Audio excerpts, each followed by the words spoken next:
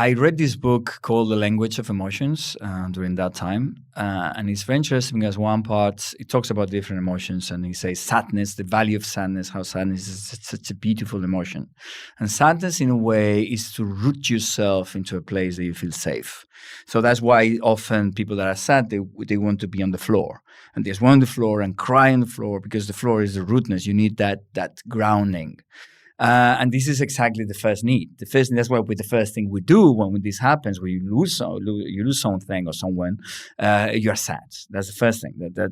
Sadness is the first thing you are, and then you have to express that sadness. You might not feel it, you don't feel it, but you feel like you have to go down to a place that you feel safe, and you feel protected.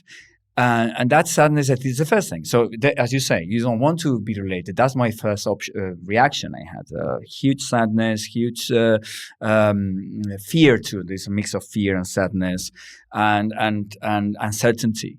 And in those situations, you cannot really relate to anyone and you want to be alone.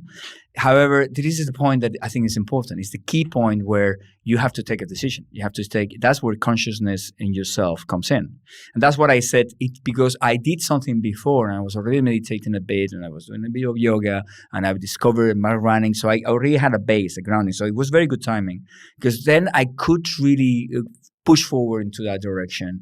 And I found that was really feeling very good. If I wouldn't have really had those tools before, and I would have taken the option to open instead of closing, I perhaps would have fallen into a depression. And this is what that's the risk.